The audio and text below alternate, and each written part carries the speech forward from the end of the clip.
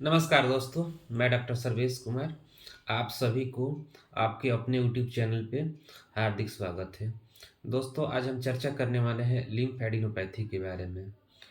Lymphadenopathy क्या है और अगर आपको कहीं भी लिम्फ ग्लैंड में स्वेलिंग हो गया है, तो क्या इंडिकेशन हो सकता है, कौन सी बीमारी का इंडिकेशन दे सकता है, उसके बारे में चर्चा करेंगे और होम्योपैथिक आपको कैसे हेल्प कर सकता है। तो दोस्तों, चर्चा शुरू करने से पहले एक रिक्वेस्ट करेंगे कि अगर आप इस चैनल पे नए हैं तो चैनल को सब्सक्राइब कर दीजिए, क्योंकि हम इस चैनल पे हेल्थ टिप्स और डिजीज और होम्योपैथिक कैसे आपको हेल्प कर सकता है उससे रिलेटेड टिप्स देते रहते हैं। तो दोस्तों, देर न करते हुए शुरू करते हैं। तो सबसे पहले जानेंगे लिम्फ एडिनोपैथी क्या है। दोस्तों, हमारे बॉडी में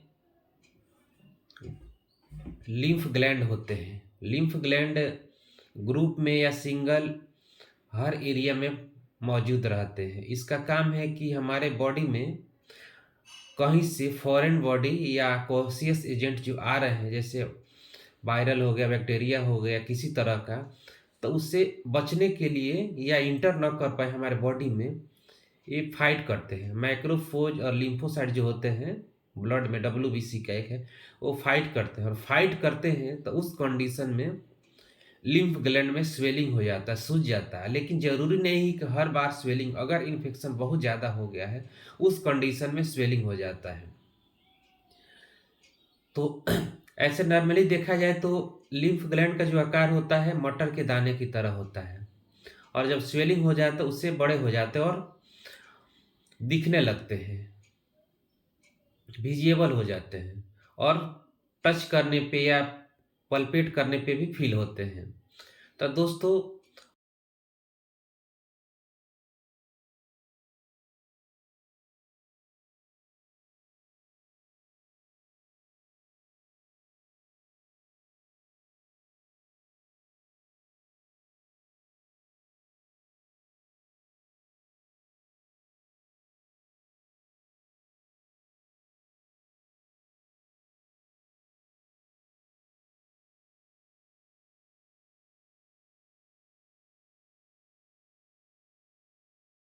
बार हो जाता है तो सर्वाइकल ग्लैंड में स्वेलिंग हो जाता है। किसी को भी कहीं अब्सेस हो रहा है उस एरिया में, अगर लिम्फ ग्लैंड है तो पर्टिकुलर एरिया में इन्फेक्शन की वजह से स्वेलिंग हो जाता है और वहाँ पे सूज जाता है ग्लैंड।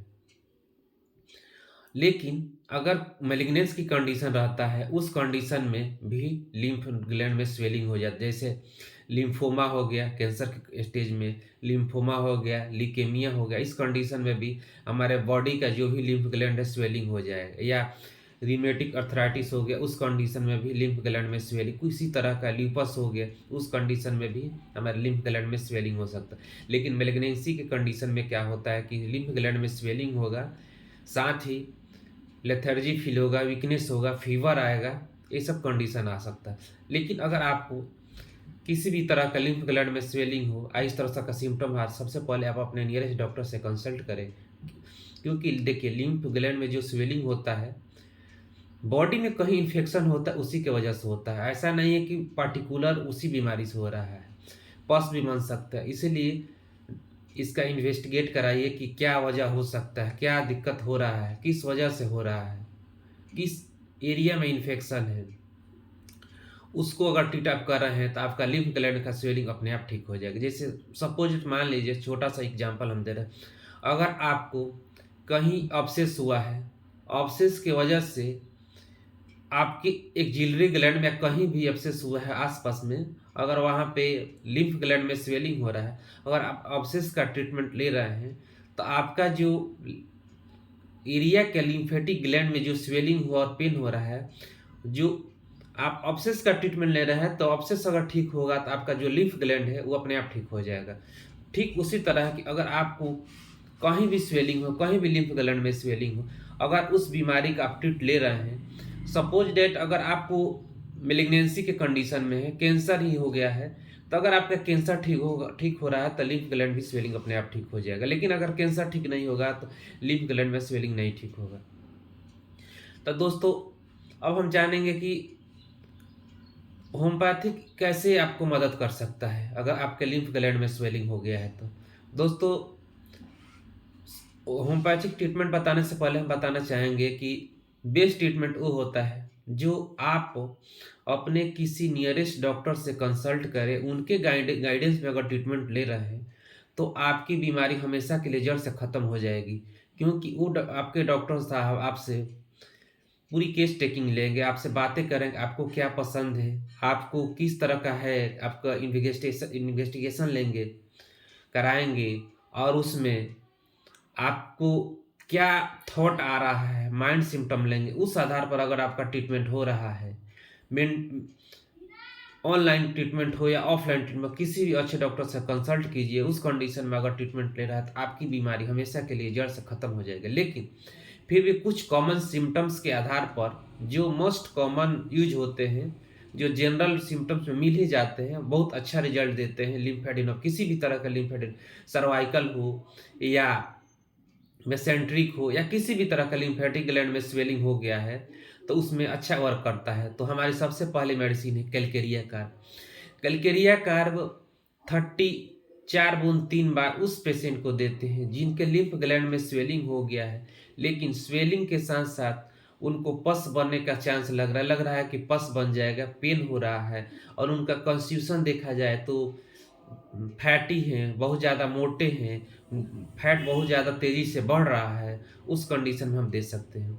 हमारी सेकेंड मेडिसिन है Calcarea floor 6 Calcarea floor 6 biochemic medicine है। इसकी 4 गोली 3 बार लेना है। उस पेशेंट को देंगे जिनके ग्लैंड में स्वेलिंग हो गया है और ग्लैंड का स्वेलिंग जो हुआ है स्टोनी हार्डनेस है, बहुत ज़्यादा कड़ा हो गया है, और उस कंडीशन में हम कैलकेरिया फ्लोर की 4 टेबलेट 3 बार देंगे तो 1 सप्ताह में उनका जो हार्डनेस धीरे धीरे सॉफ्ट हो जाएगा और ख़त्म हो जाएगा।